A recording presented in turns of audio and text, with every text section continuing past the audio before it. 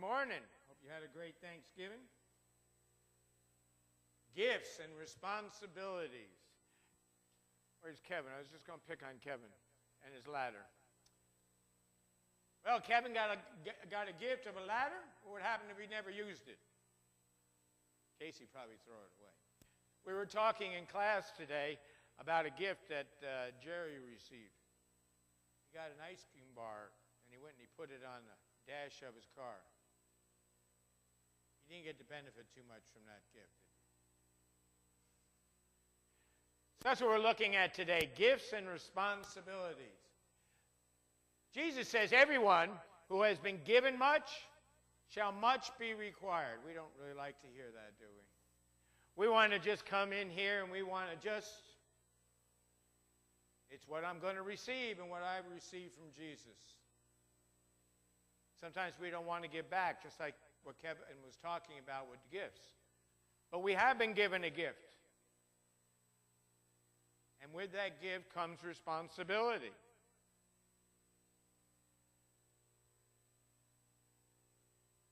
Not to get the gift. We have absolutely no responsibility into receiving the gift.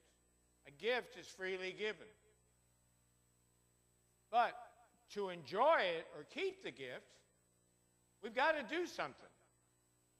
Jerry, you never got to enjoy that ice cream bar. The ants did, and you got to clean it all up. There's no cost for the gift, and we talk about how the gifts are freely given. We have responsibilities once we receive a gift of any kind. The sun comes up every morning. That's a gift from God. What we do with it determines our day. I can get up and I can watch that sun come up every day and just sit back and do nothing. Or I can get up every day and see that sun and get energized and go out and do something. And whose choice is that?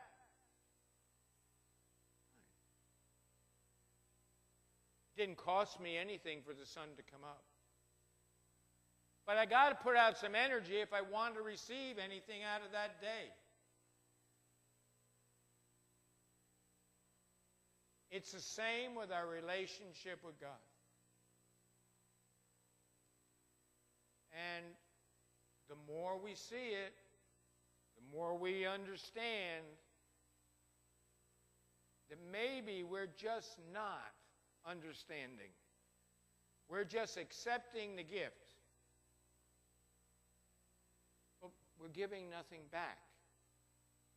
Like waving at that doctor. God's gift to us is His love. We cannot take that away. He has given love to every single human being. It's a gift. He doesn't have to. He chooses to. And that is His gift, His love. First, in John 3:1.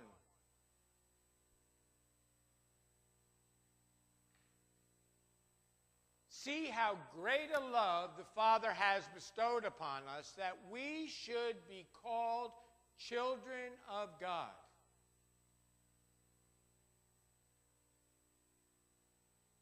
His gift, out of His love, is you're a child of God. We're children of God. We're sons of God. And He freely gave it to us because He loved us. We were talking in class about the suffering that Jesus had to go through as He went to the cross. And He was pretty peaceful when He went to the cross. Because He understood the gift. And He understood that with any gift comes a responsibility. I think we actually suffer when we don't accept that responsibility. You didn't get to eat the ice cream because you just took the gift and you put it on the dashboard. It 90-degree Florida weather. It's time to evaluate. We're coming towards the end of the year. Thanksgiving is over. We're going to be thinking about the birth of Christ. It's time to evaluate.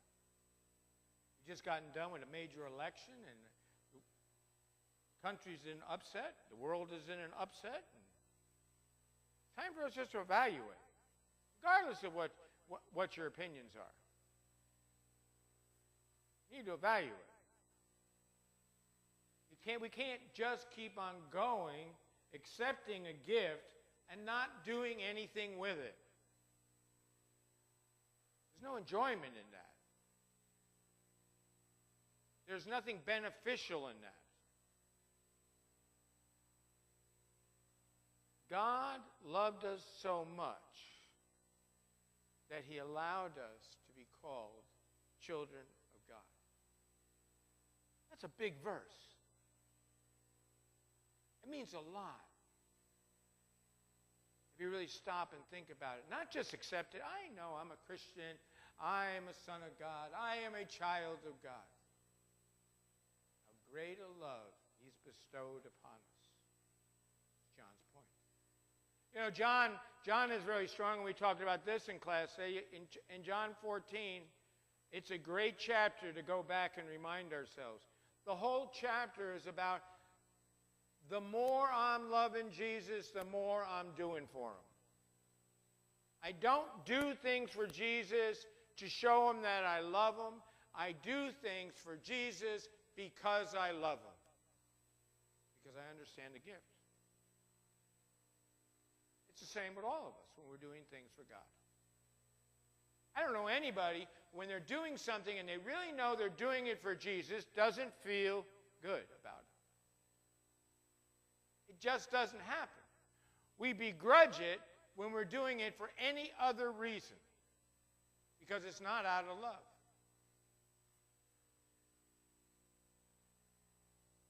This love comes from God. First thing I want to look at is the manner of his love. It's a gift. It was a gift before the beginning of time. He already had this plan. He revealed it to us through Jacob's ladder. But the gift was there way before time even started. God knew about it. And it was to be a free gift, just like your ladder. I hope you use that ladder. Because that'll make that contractor feel a lot better that he left you with you. If he just thought it was sitting in your garage, he wouldn't be so happy. He probably obviously left it for you because he knew that you would use it. If you didn't think he'd use it, I don't know if he'd leave it with you. It's not earned. We didn't do anything that God should give us his gift. Got to get off our big horse and think we're so important. We did nothing.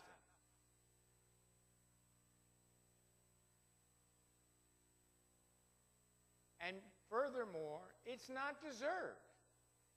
More than doing nothing, we did everything the wrong way.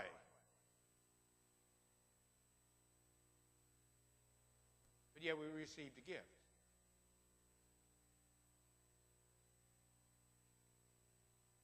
The object of his love? Us. And everybody else in the world, but right now he's talking to Christians in 1 John. He gave us this gift. What are we going to do with it? His gift is love. And because of his love, he's adopted us, he's inherited us, we're his sons of God, we're children of God, we're in Christ, wherever you want to go with it. It's big. As I think we don't understand how big that really is. I think that guy who went in for the heart surgery and was about to die, when he went home and he walked around and he could breathe and his heart was working again, I bet he was really excited.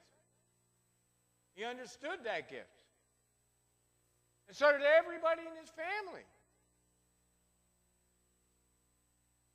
How much bigger gift have we been given?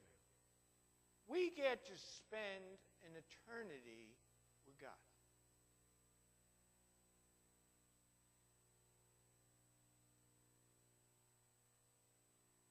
The object of his love was us selfish beings.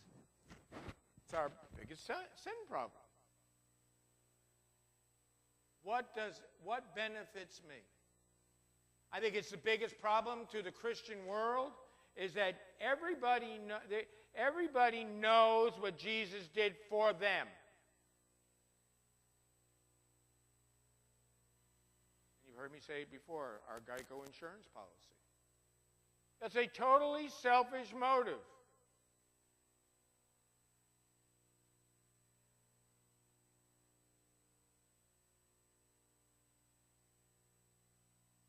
Wretched sinners. Because we're so wrapped up in ourselves. Would you give a gift like this to someone who's like that? Let me be honest. How many times have you said, oh, that person doesn't deserve it? He doesn't deserve for me to be nice to him. He spoke rudely to me.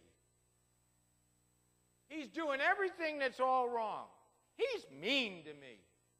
He doesn't deserve me.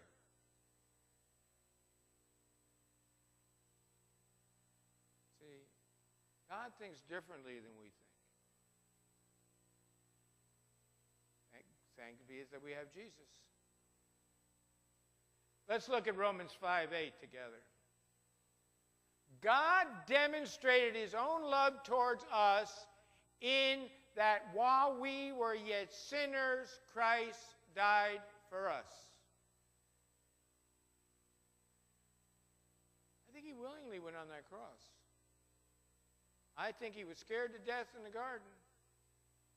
But I think he willingly went on the cross, putting his trust and faith in God, knowing that the Father was going to raise him. It was the only way to reconcile the world. He so loved the Father that he was willing to do that. He understood the gift the Father had given him. When we were morally weak. That's to put it mildly. Morals is our code. We need to line our morals up with God's. His morals are much stronger than mine. His morals go way beyond what someone else is doing or what someone else is thinking or what they act like. Our human morals is always based upon what someone is doing to us or how it feels for us. In Romans 5:9, having now been justified by his blood, we shall be saved from the wrath of God through him.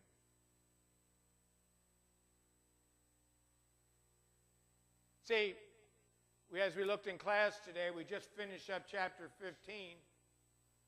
Flesh and blood will not inherit the kingdom. It's not going to happen.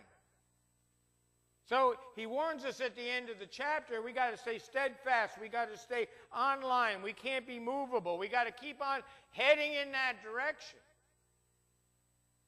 Because there is going to be a time, whether or not we do it physically while we're here, or if Jesus comes back in the clouds now, that we're going off to wherever we're going to be for an eternity.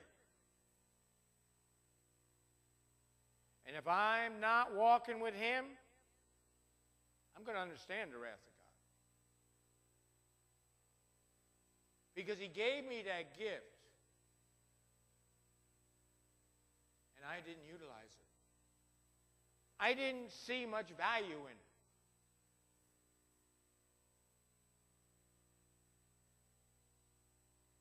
To the Father, how much value was there? He gave his Son to die on that cross. When we were ungodly, he gave us that gift. It wasn't that people were running after him. If you remember, Jesus says they're like sheep running around without a shepherd. They're all going in the wrong directions. They don't know what they're doing. They were ungodly. They may have been speaking God, just like in this country. I don't think there's anybody in this country, I can't say the world, but I don't think there's anybody in this country, you're not going to find a single person in this country who isn't going to tell you, let's say 1 year old, that if you ask them about Jesus, say, oh, I know him. But they know of him. They don't know him. It's not conosco. Because if I know him, I'll be doing what he asks. 1 John chapter 2. If I love him, I'm going to be doing what he asks. John 14. And if I don't know him, I am ungodly. Because I have nothing to standardize myself with.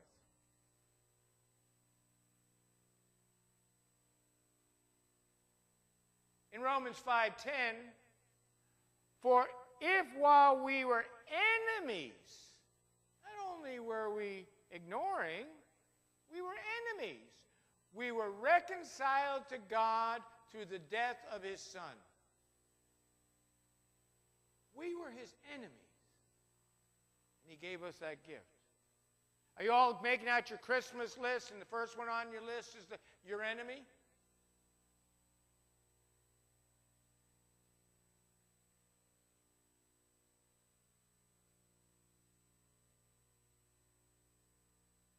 See, God thinks a little different than we do, doesn't he? He really understands what love's all about.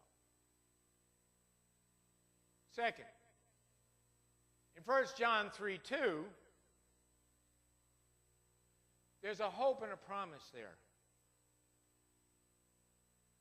Now, we are children of God. We are.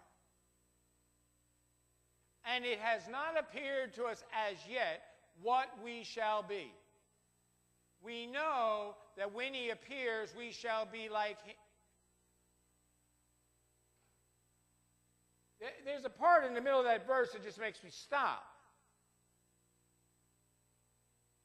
We are now children of God, and it has not appeared to us as yet what we shall be. We all think we know what we are.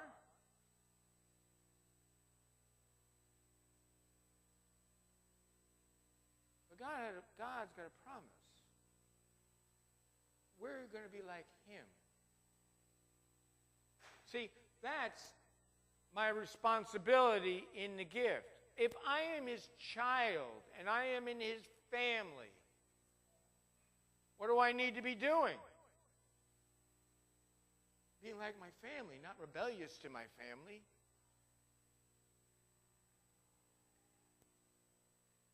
In Philippians 3:20, our citizenship is in heaven. Peter will write when he opens up his book that we are aliens to this world. This world is not our home. Once I became a child of God, I have a new citizenship. I have a new loyalty. When I got married to my wife, I had a new loyalty, a new responsibility. Otherwise, it wouldn't last too long. We are kingdom people. Because we accepted that gift. We live in his kingdom. And his kingdom does not think like any way that the world thinks. It's the opposite.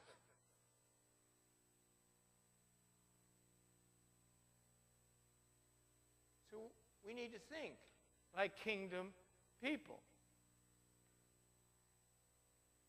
Otherwise, we're not utilizing that gift. And we may not be able to keep that gift.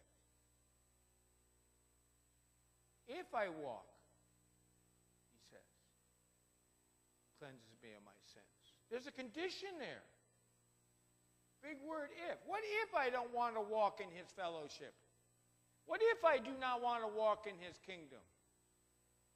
What if I do not want to make him my king? That ice cream bar melts on the dashboard, and I don't get the ice cream. Kevin's ladder is taking up too much room in the garage, and Casey's saying, you don't ever use this thing, I'm throwing it away if she's anything like my wife. You've got to use it. You've got to walk in his kingdom as kingdom people.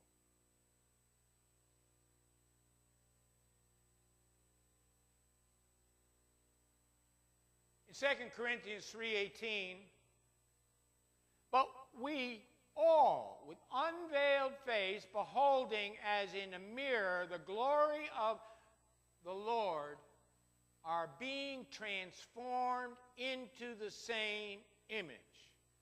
If I were to ask you today, how are you today more like Jesus than you were yesterday? Could you tell me?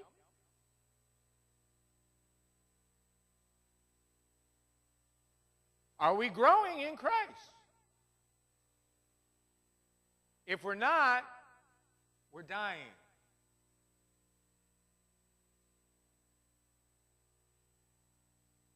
It's as simple as that. With every gift comes a responsibility. We are to be like him.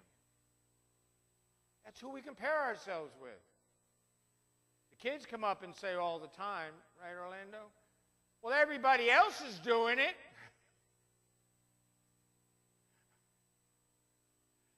What do you try to tell them? Yeah, but that's really not what Jesus wants us to be doing. See, because we got it in a mix. We want to see what everybody else is doing instead of looking to see what Jesus is doing.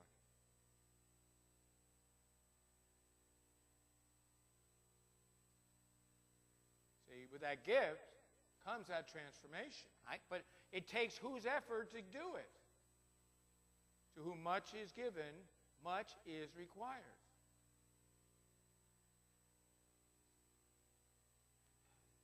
In 1 Thessalonians 4:17 to 18, this is a good verse. We shall always be with the Lord. Therefore, comfort one another with these words. If I remain in his kingdom, and I keep on serving him, and I keep on trying to be more like him, and when I fall down and I pick myself up and say, this is not what Jesus wants me to be doing, I have assurance that I will always be with him for an eternity. My ice cream is not going to melt on my hot dish because I'm putting in that effort.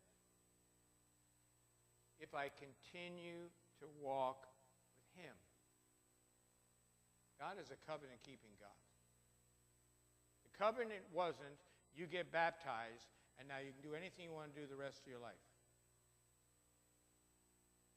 There wasn't a one-time premium. That baptism got you in.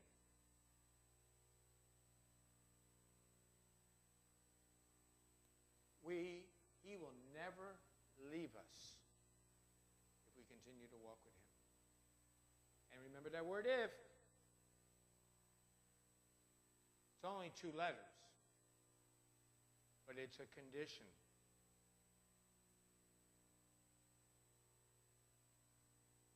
Thirdly, 1 John 3. Everyone who has, we have a new motivation. Everyone who has this hope fixed on him. Now, listen to that again. Fixed on him. That's where I get my hope. Purifies himself just as he is pure. My focus needs to be on him. And if it is, man, we're going to continually get scrubbed. Not just covered with the blood and look squeaky clean. Puts us through a few things to find out where we're going to be. But we can get through anything. But it's a purification process. You purify gold, 1 Peter, by heating it up to get the impurities out. All our work is going to be tested, 1 Corinthians 3, and some's going to burn up. But if we remain with our eyes fixed on him, we are going to purify ourselves. We are going to become pure. Because we're going to become more like him. So maybe when we face into this new year, maybe we need to think back, and I don't know, it's hard for me to think back a whole year, so you pick your own time spot. How close were you to being like Jesus X amount of days ago? And how close are you to being more like Jesus today? If you're not, get your eyes back on Jesus. Because you're forgetting about the gift. That ladder is starting to sit in your garage. In Ephesians 4:1, therefore the prisoner of the Lord entreated you to walk in a manner worthy of your calling with which you have been called. How have we been called to walk?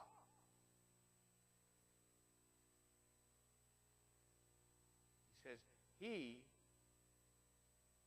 who knows Jesus will be walking like who? Jesus. We have a new lordship. It's not about what I want to do.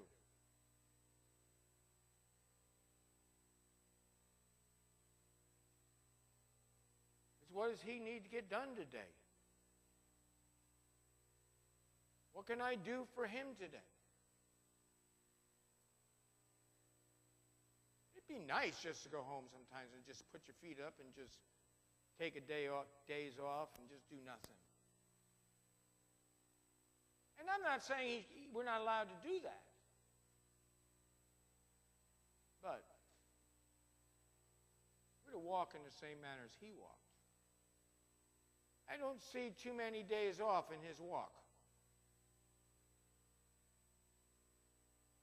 And his walk's gone on for more than those 3.5 years here. He still remains our high priest today. He still is laboring for me today, 2,000 years later. Hope he doesn't take a day off. I'm going to look pretty dirty.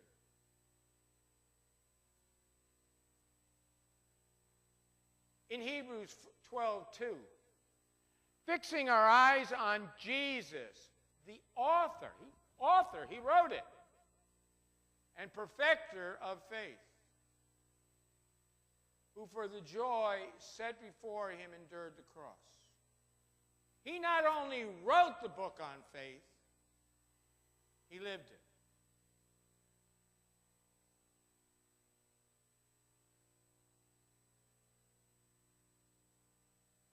Who for the joy set before him endured the cross.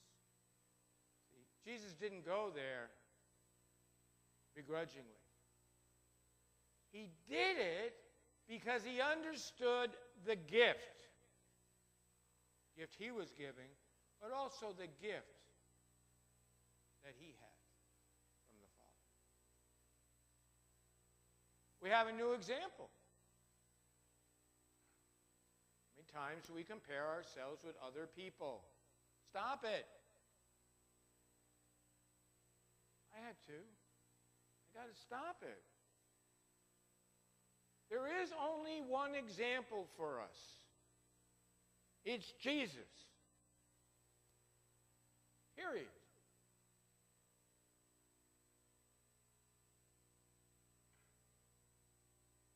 The world needs to see Jesus badly. I wish I was about 25 years younger because I'm telling you, I'm out there on the streets. I'm in a lot of homes. This world does not have a clue about who Jesus is.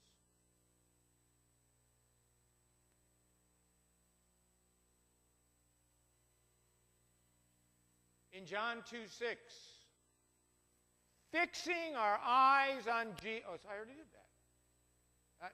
Sorry, I got the wrong verse there. We have a new lifestyle. In John 13:34, a new commandment I give you, that you love one another even as I have loved you.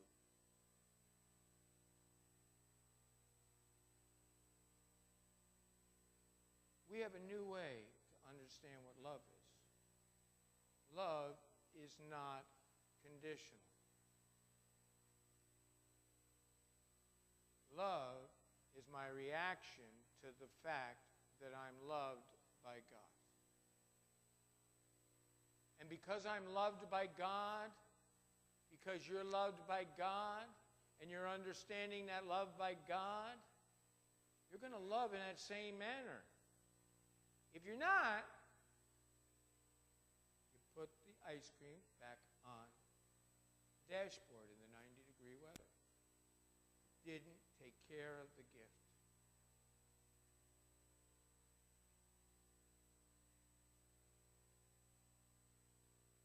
We have been given a gift, but it's our responsibility to use it. Use it is simple. To be holy as he is holy. Is everything in our lives, which is not true in any of our lives, it needs to be our aim, is everything in our lives, every action we make, is it as different as he is different? That's what that word holy means, set apart, different. Are we different than the world? Are we a light in that storm? Are we loving people not because they deserve it? Are we secure because we know that we're always going to be with him if we keep walking with him? Do we understand the gift that we've been given?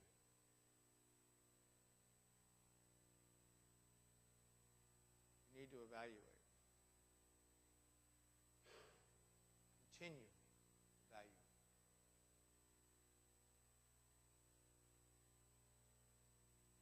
As we head into the end of the year, get ready for another new year, let's think about it. How can we help each other to be more like him? You come forward when we sing.